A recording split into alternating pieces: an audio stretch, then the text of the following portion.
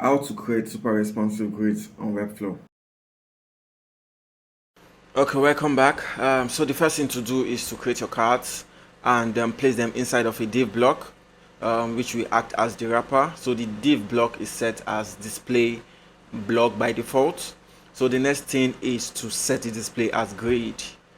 Yeah, so the standard way of doing it is you add an extra row, an extra column rather. So the problem with this approach is that the cards are not responsive. They start to squish once the screen size becomes smaller. As you can see, they keep squishing and squishing even on mobile screens.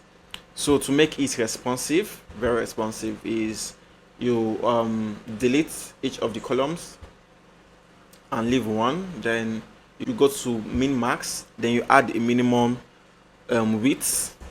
Let's use 20 rem. Then click on auto fit, so it's auto fits. Okay, so let's try. You can see how responsive it has become. So once it gets to 20 rem, it wraps. 20 rem, it wraps. Yeah, same with, you can see they are responsive on all screens.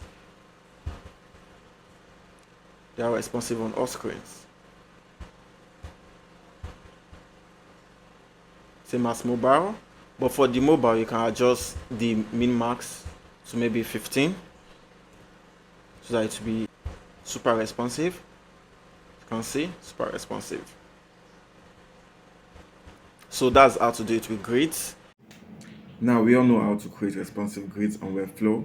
So in the next video, I'll be showing you how to create responsive flexboxes on Webflow. See you later.